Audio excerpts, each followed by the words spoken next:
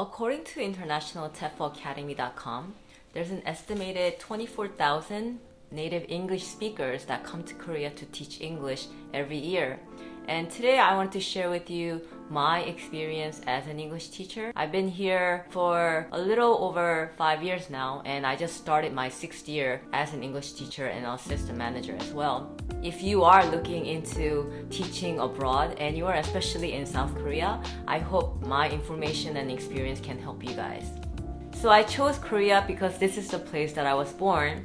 And when I moved away before turning 9 to live in New York with my family, I always had this desire to come back, but I just never had the opportunity to come back. And so in my 30s, when I actually had the time to come, I took it and I came here in September 2016. Well, you would need a college degree in any field in order to teach in South Korea. And for me, I majored in English composition. But even if you majored in math or social science or any other field, as long as you have a degree, you could actually teach in Korea, as long as you speak English, of course. And you would need to get your FBI criminal history checked. And for me, my school required that I have a state criminal history checked as well. So the FBI criminal history check took around 3 weeks for the whole process for them to mail me the history. The state, that time I was living in California, so I got my California history checked, and that was done rather very quickly. So I had this assumption that if you have a master's or doctorate or anything higher than a bachelor's, maybe you could ask for more pay than what they're offering as a minimum pay. And so I wasn't planning to go back to school for another 2-4 years just to teach in Korea. So what I decided to do was I took a 120-hour online course to get my TESOL certificate. And once I got it, I had an interview with my current school, and it really didn't matter that I had a certificate because I didn't have any experience. So it was kind of a waste of time for me to take that 120-hour course, but I guess in some ways it's good to have it on my resume for my future references. And if you're a Korean citizen, you have to renounce your Korean nationality. So what I had to do was I had to go to the Korean embassy in Los Angeles. I went there like several times, and the whole process took so long. And I was actually supposed to start my first day of class in Korea on September 1st, but because my visa took so long, I had to come to Korea 2 weeks later than what was intended for me. So I applied to maybe 30 to 40 jobs through various websites, and the one that I found my job was through Dave's ESL Cafe. And I'm sure if you've been looking for a teaching job abroad, you know about Dave's ESL Cafe because it's pretty popular amongst teachers. I was looking for a job in Seoul because that's the place I wanted to live and that's where I was born. But it was really hard to find a job as a Korean American. I guess parents are looking for the real deal, the raw experience of having a foreigner teach their Korean kids, and for a Korean American to teach their kids, I guess they don't really like that idea. For me, it was really hard to find a job in Seoul as a Korean American who is considered a gyopo, which is Korean American. I got several emails from different locations about job offers, and when I got an email from a school that was an hour away from Seoul, I said okay, and the recruiter called me to make sure that I was a real person.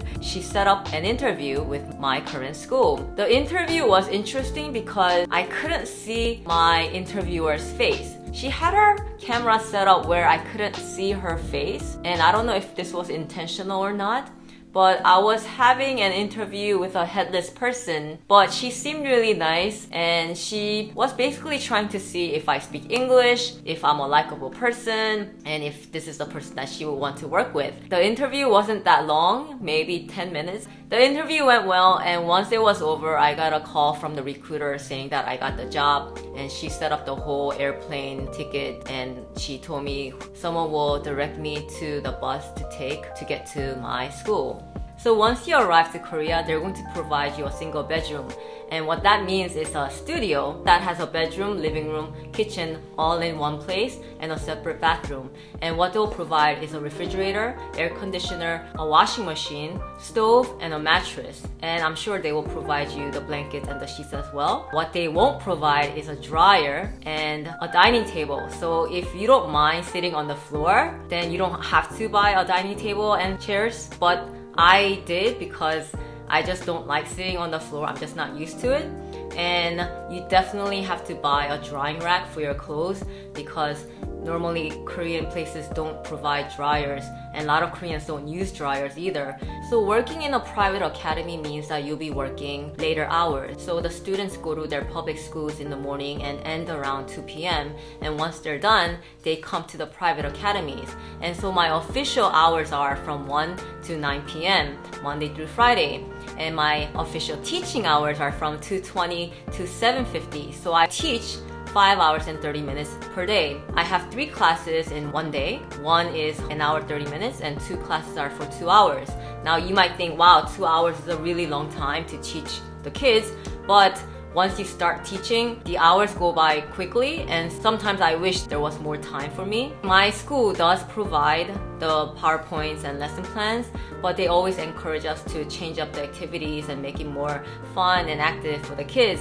And so when I first started out, I really didn't know how to lesson plan. I really didn't know anything. So it took me a long time to lesson plan. So I usually took around 8 more hours during the weekends to work on my lesson plan. I know for public schools, like my friends, they get around like 2 weeks of vacation days. But working in a private school, you don't get that many days. You only get normally like 10 vacation days and it's spread throughout the 12-month period. It's not much, but you have to try to enjoy it as much as you can.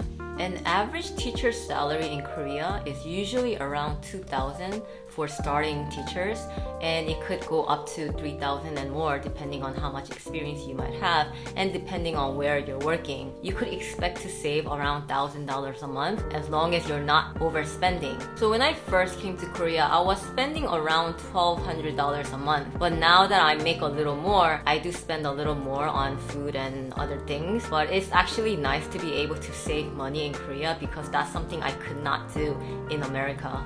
Most public and private academies have a native English teacher and a Korean teacher.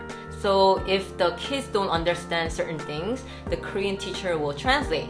But at my academy, we don't have a Korean teacher helping me out. So I'm the main English teacher and I'm not allowed to speak Korean. For those who are just learning the ABCs, and they're usually the first and second graders, that is the hardest class to teach because they have to adjust to a classroom setting and learning English and not being able to speak Korean to me. It's kind of frustrating for them because they can't ask me anything, they can't speak to me in Korean, and I'm not allowed to speak Korean to them either. There's that language barrier, and since everything is in English, they're getting bored as well, and so I have to make the class as active as possible so that they don't fall asleep or they don't get bored or they don't start complaining to the parents. And so it takes a lot of patience and time for them to adjust and for me to really work my butt off to make it a lively and fun class.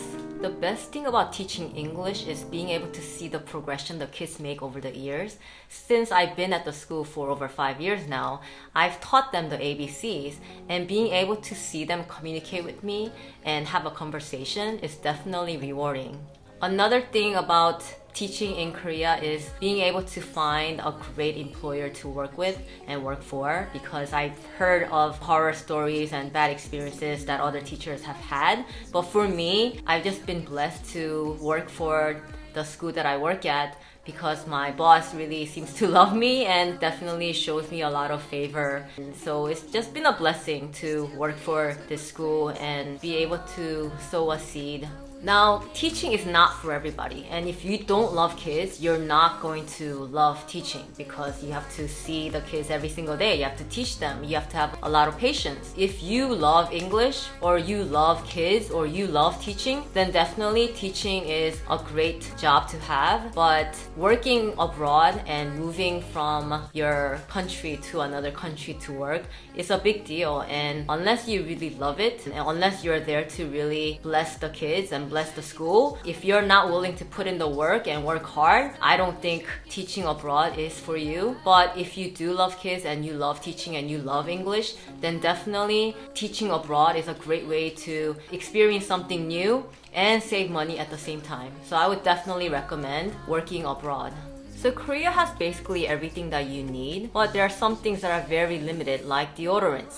So if you use a specific deodorant, you should definitely bring some here, because although Korea does carry deodorants in certain places like Costco or E-Traders, they only have one brand. They also don't carry Pepto-Bismol. And if you are very keen about your protein bars, you should definitely bring some here as long as they don't expire, because Korea doesn't seem to have protein bars that are very low in sugar. And for the ladies, if you wear thongs or you use tampons, it's very limited, so definitely bring some.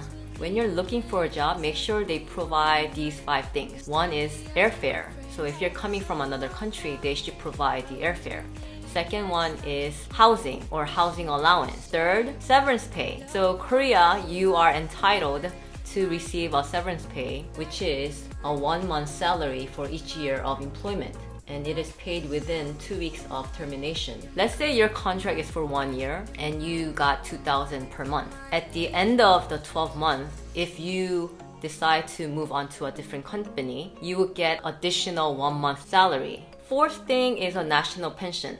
Now, pension is something that you get when you leave the country. So let's say you worked here for a year or even longer, and when you're leaving South Korea, you get the pension. But depending on the country that you're from, you could be eligible or you can be ineligible for the pension. So it really depends on your country, and I'll leave a link to more information on the pension. But some companies don't provide pension, like myself. My school doesn't provide pension, and that was never in my contract, so I won't be getting any pension when I leave unless I move to a different school that does pay pension. It really depends on your contract, so I think it would be better to have pension, because I remember when my best friend was leaving to go back to Canada, and he's been here for 20 years. When he was leaving, he got around $7,000, which is something good to have. One last piece of advice I can give you if you are truly considering moving to a different country to work is to get in contact with the school and ask them for an email of one of the teachers that's been working there for a while. And you could email the teacher and ask them the list of questions that I have down below the description, and you could copy and paste them. Once you get that information, you could really decide whether moving to a different country is right for you.